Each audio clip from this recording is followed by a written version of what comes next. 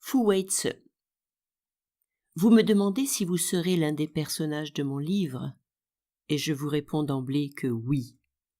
Et même si vous n'êtes pas présent à chaque page, vous en serez l'un des personnages principaux, car je vous porte en moi comme l'on porte en soi ses proches, sa famille, ses amis.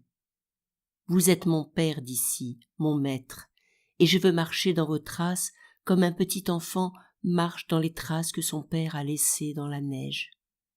À travers les images de vos voyages lointains ou proches, je voyage, et vous me donnez l'envie et le goût de partir et de revenir. Chaque fois que je sors de chez vous, j'ai envie de dessiner, d'écrire, je me sens plus riche. J'aime votre chambre, elle contient le monde entier. Pour y accéder, on passe dans un couloir vitré où le dedans est encore le dehors tant il est envahi par toutes sortes de plantes. Elles vous font une haie d'honneur, et déjà vous vous sentez en terrain ami. J'ai fait votre connaissance par hasard, du moins c'est ce que l'on prétend. C'était, je crois, mon 2e séjour à Pékin, en septembre 1996. Je suivais à bicyclette dans les Hutong un ami d'amis. Nous longions un mur sombre et j'ai tourné la tête vers la droite comme si quelque chose m'appelait.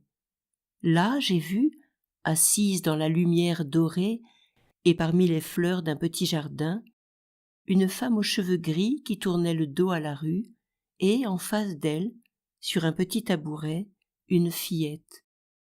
Comme souvent, j'étais partagée entre l'envie et la honte de voler cette image.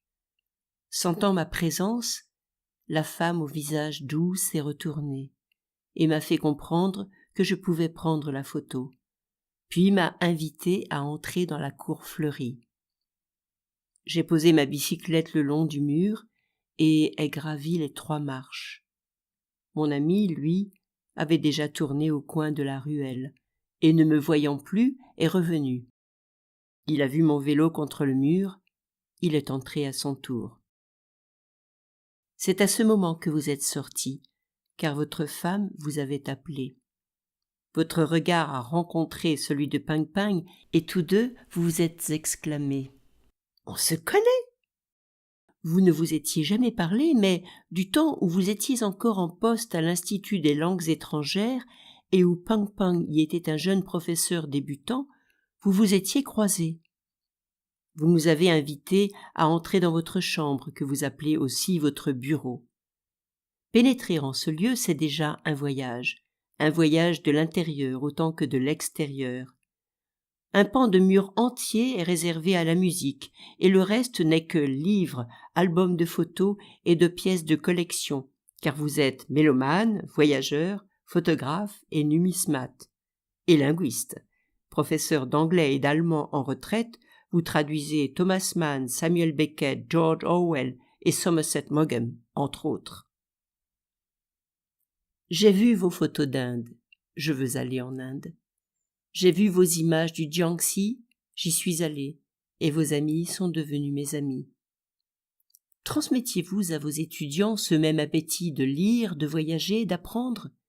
J'en ai la certitude. La fonction première du maître n'est pas de remplir les têtes, mais d'ouvrir les esprits. C'est ce soir que je vous ai dit mon goût pour l'écriture, que je vous ai parlé de la musique des mots, du rythme des phrases, et que vous m'avez demandé « Serais-je dans ton livre ?» Oui, c'est vous-même qui l'avez commencé. Vous avez ouvert un livre tout blanc, et l'encre qui en couvrira les pages, c'est le fluide qui nous relie, c'est la rivière de nos esprits et de notre amitié. Pékin, mercredi 12 novembre 2003.